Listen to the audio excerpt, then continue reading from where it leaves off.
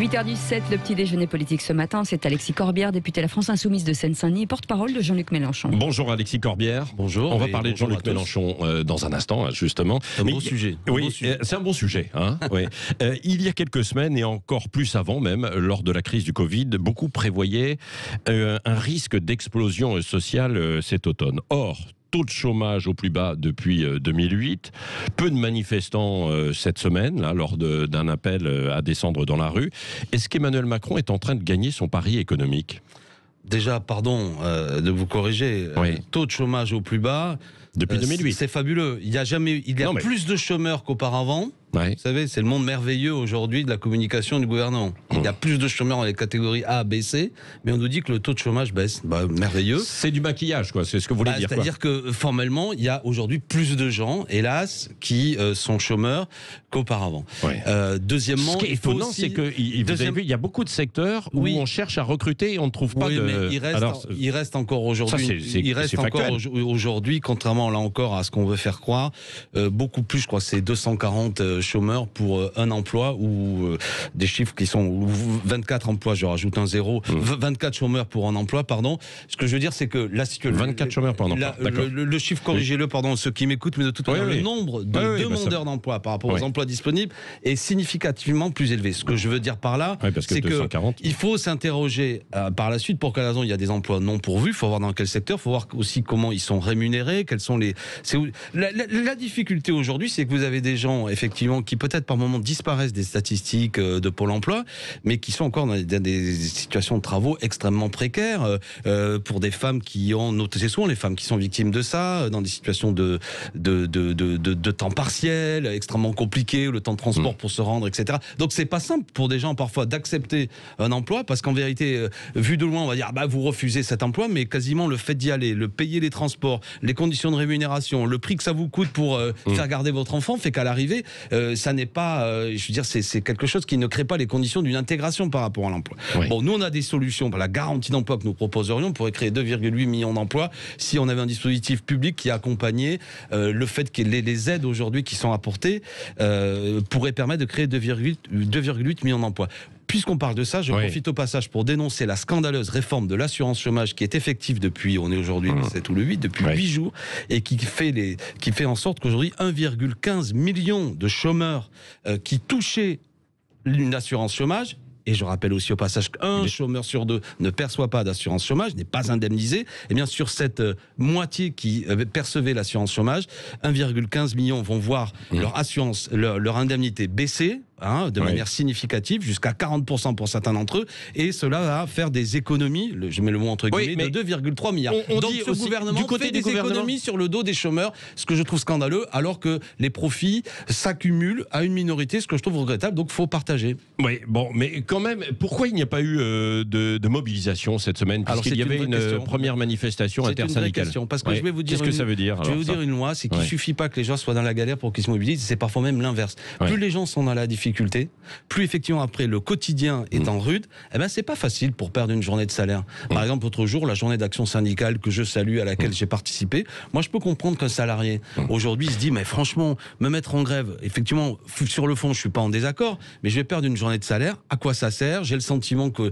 en plus, du point de vue de la représentation politique, ce qui se passe aussi, créer une perspective positive pour beaucoup de gens, ça aide les luttes sociales. Et à l'heure actuelle, on a parfois un peu l'impression que les seules thématiques qui saturent le débat public, qui saturent les organisations politiques qui sont les plus en vue, c'est des thématiques qui sont pas sociales, et ça crée des conditions, ça pèse sur le climat social. Donc il faut, dans le rôle qui est le mien, c'est pourquoi vous m'invitez, je vous en remercie, essayer, pour ce qui est du rôle que se donne Jean-Luc Mélenchon et les Insoumis, de mettre en avant des thèmes qui rassemblent les gens, c'est-à-dire la question sociale, comme vous l'avez dit, nous avons des communs intérêts, quelles que soient nos opinions autour de la table, mais tous nous avons intérêt à ce que les services publics, à ce que les systèmes de transport, à ce que la planète, à ce que la démocratie s'améliore, plutôt que des thèmes de diversion et de division, comme certains le veulent mettre en place, c'est-à-dire quelle est ta religion, quelle est ta couleur de peau, est-ce que ce serait pas toi qui serais responsable du chômage d'ailleurs, etc. Ça, ce n'est pas forcément qu'on soit d'accord ou pas d'accord, mais ça pèse, parce que dans les entreprises, je vais vous dire, il y a des gens qui pensent que ça vaut pas le coup de lutter pour le salaire, mais qui pensent que ça vaut le coup de lutter contre le collègue parce qu'il est peut-être pas de la bonne origine d'origine ou qui n'est pas né ici. Oui, mais donc, Alexis Corbière, le gouvernement n'est pas sur ce registre. Ce sont d'autres gouvernements. Le gouvernement est moins sur ce registre. Il est davantage... que je vous dise les 1 mois et demi qu'on a passé à discuter à l'Assemblée nationale sur le thème du séparatisme, alors qu'on vient de découvrir avec les Pandora Papers, 11 300 milliards sur la planète qui échappent aujourd'hui à la fiscalité des États. En France, entre 80 et 100 milliards. Est-ce qu'on a consacré le même temps à l'Assemblée nationale? Sur les Pandora Papers, c'est à l'international. Il y a quelques cas français, mais il n'y en a pas visiblement... Entre 80 et 100 milliards, selon les statistiques de services de l'État qui échapperaient à l'impôt. C'est énorme. Est-ce que vous savez qu'il suffit de consacrer... il y a de l'exil fiscal, entre guillemets, et puis il y a de l'optimisation. L'optimisation qui n'est pas illégale. Oui, il faudrait la rendre illégale. L'optimisation fiscale... ça permet aussi de créer des emplois, dit-on, dans certains secteurs, dans l'immobilier. Dans les cabinets d'avocats d'affaires, sans doute. Non, mais attends, que ceux qui nous comprennent, que ceux qui nous écoutent, pardon, on s'enflamme de bon matin, et je vous salue ceux qui nous écoutent, mais est-ce qu'on peut accepter qu'il y ait des cabinets d'avocats qui font du business sur le fait que des gens qui ont de l'argent, on va vous expliquer comment on peut contourner aujourd'hui la législation. Alors ça reste légal, mais par toute une série d'habillages, on échappe au fait de payer ses impôts. Mais ce sont des gens qui payent déjà beaucoup d'impôts, pour certains. Là, on ne parle pas de Tony Blair et d'autres. Non, mais là, Tony Blair, bien sûr, qui donne des leçons. Je ne vais pas faire la publicité à une émission d'investigation sur une chaîne du service public. On découvre qu'une grande personnalité qui nous faisait la leçon il y a peu de temps, qui était ministre des Finances et directeur du FMI depuis quelque temps, a fait un montage dans un pays, en l'occurrence c'était le Maroc, et que, si j'ai bien suivi, il y a au moins 6 millions d'euros qu'il aurait dû payer d'impôts en France. Et comme lui, beaucoup d'autres. Non mais, quel est l'enjeu? Il suffirait de consacrer 5 milliards, j'ai évoqué 80 à 100 milliards qui échappent à l'impôt selon toute une série d'organismes. Si on n'en consacrait que 5, et on pourrait permettre que tous nos jeunes, entre 18 et 25 ans, perçoivent le RSA. Alors que dernièrement, notamment ceux qui sont étudiants, mais pas seulement, on a vu que la paupérisation se généralise dans notre jeunesse. Donc il y a un enjeu, moi je m'en prends à eux, 500 pas pour embêter les par mois. Vous avez vu le revenu d'engagement proposé par Emmanuel Macron, ça va dans votre sens alors? 500 euros par mois, c'est en dessous du seuil de pauvreté. Je ne sais pas s'il est au courant.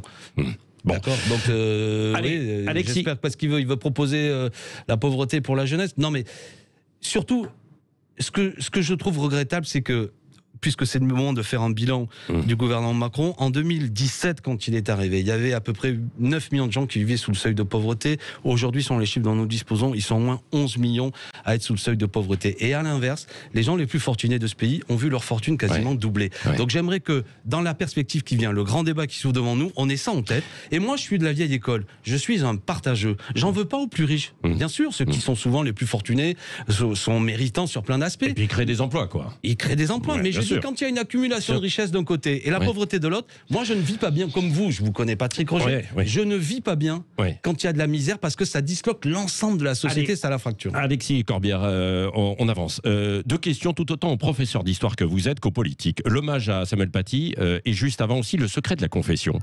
Il est plus fort que les lois de la République, a sous-entendu, a déclaré même le président de la conférence des évêques de France. Comment vous avez perçu, vous, ces propos?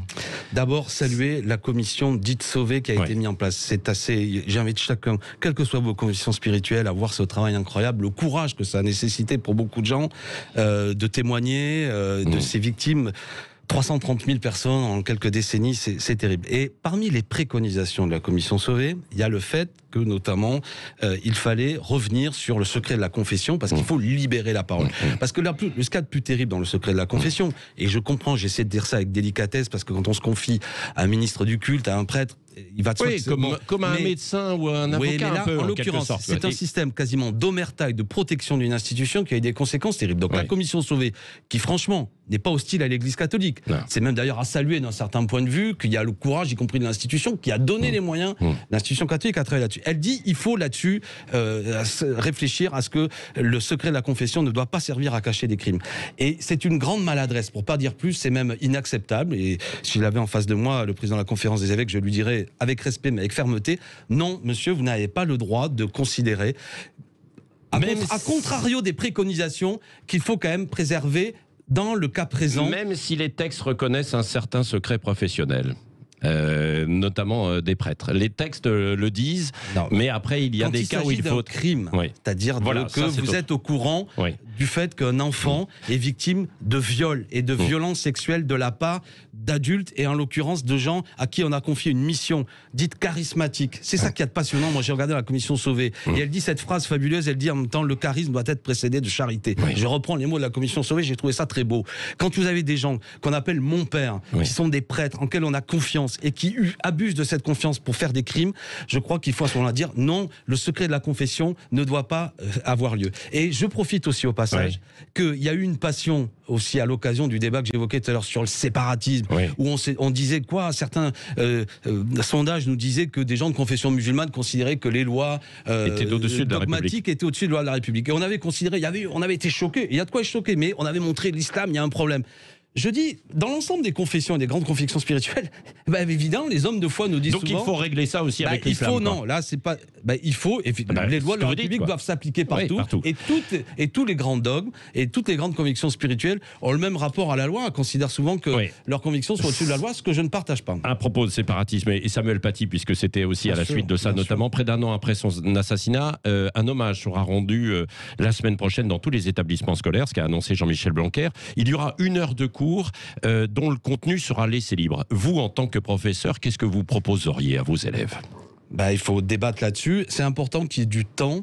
Vous savez, souvent, les hommages, les silences demandés aux élèves ne sont pas toujours compris par les élèves. Nous, les adultes, on comprend. Mais donc c'est bien s'il y a un temps de discussion. Il faut revenir là-dessus. Le fait que, là encore, puisqu'on parlait de ça, la laïcité permet que, quelles que soient nos convictions, nous puissions vivre ensemble. La laïcité n'est pas tombée du ciel. Ce pays a été déchiré pendant des siècles de guerres civiles, d'affrontements autour des questions de religion. Donc nous avons, nous, encore aujourd'hui, à faire vivre une laïcité concrète qui permet que, quelles que soient nos convictions, que nous croyons en Dieu ou pas. Je rappelle qu'un Français sur 2 ne croit pas en Dieu. Et quelles que soient nos convictions, nous puissions vivre ensemble. Donc ça doit se passer par le fait que le droit à critiquer les religions doit être préservé. Et à l'inverse, ça vous le diriez, bien sûr. Et à l'inverse, bien sûr, le droit de critiquer les religions n'est pas le droit au racisme et à l'humiliation.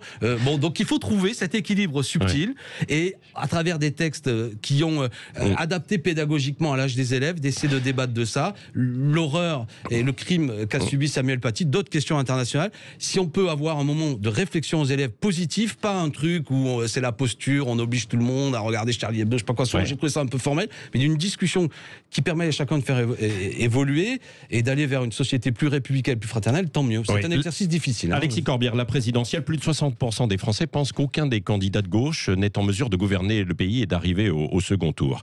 À la France insoumise, vous ne cessez d'affirmer que le mieux placé, c'est Jean-Luc Mélenchon pour la gauche. Mais vous refusez toute alliance. Alors pourquoi ?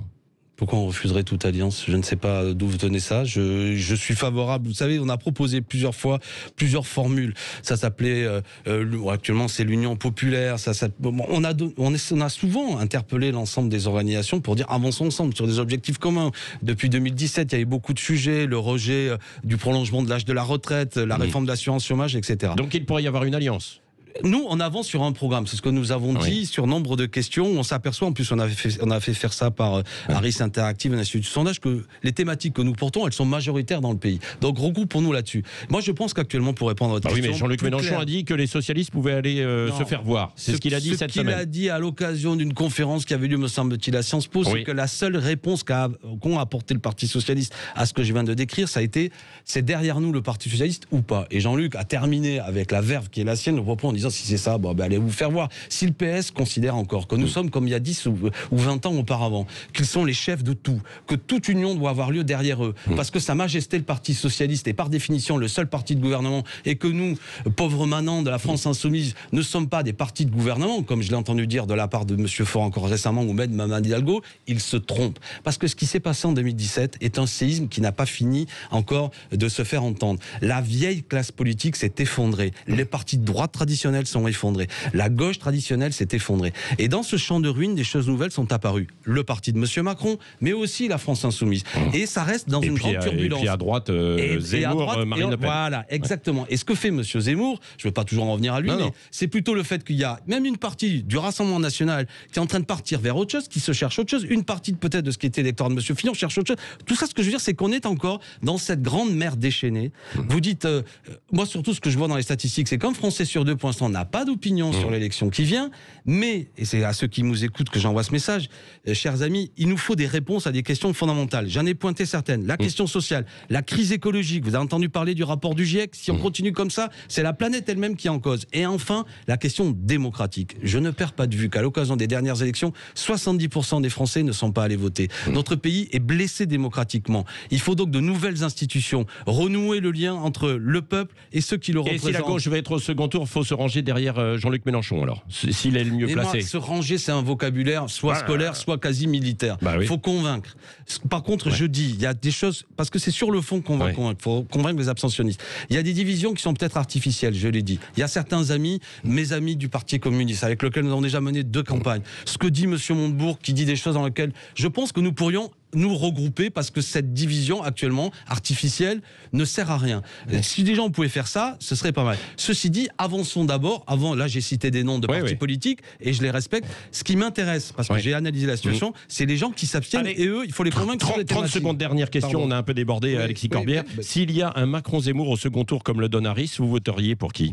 Je ne veux pas répondre à ça parce que c'est d'ores et déjà, vous voyez, on se place sur le terrain de ce que les instituts de sondage veulent. Non, mais c'est le pouvoir. Abstenez, quoi. Non, c'est pas ça que j'ai dit. Oui. Je dis c'est le pouvoir d'injonction des sondages à 6 mois d'une élection et je ne subirai pas ça. D'accord. Non, parce que ça veut dire que concrètement, arrêtez de réfléchir. Vous voyez, dites-moi par contre, est-ce que les conditions sont réunies pour qu'il y ait une candidature populaire qui règle ces questions que j'évoquais tout à l'heure, qui arrive au second tour? Je le crois. Et c'est pour elle que je voterai pour l'instant. Le candidat qui la porte le mieux, c'est Jean-Luc Mélenchon, parce que je ne veux pas précisément de ce second tour Macron-Zemmour, qui en vérité, sur des questions fondamentales. Tout le monde connaît le programme de M. Macron, mais est-ce que les Français savent que M. Zemmour veut que les Français travaillent jusqu'à 64 ans? Est-ce que les Français savent que M. Zemmour ne veut pas d'augmentation des salaires? Donc, non, mais parce que les milieux populaires, ne vous faites pas avoir, hein. M. Zemmour, c'est pas le candidat du peuple français, c'est le candidat de l'élite. Il parle beaucoup de la France, mais il n'aime pas les Français. Donc c'est ça qui amène à un désaccord fondamental, au-delà de son discours xénophobe qui veut diviser le milieu populaire. C'est le meilleur ami des patrons, le meilleur ami des plus riches, et le paradoxe, c'est qu'il apparaît comme soi-disant le candidat anti-système, soi-disant censuré, alors qu'il est partout, on parle que de lui, et quand il parle des questions économiques et sociales, toujours pour aider les plus puissants. Et vous en avez parlé également. Donc je ne veux pas ni du candidat des riches, ni du candidat des très riches. Merci Alexis Corbière.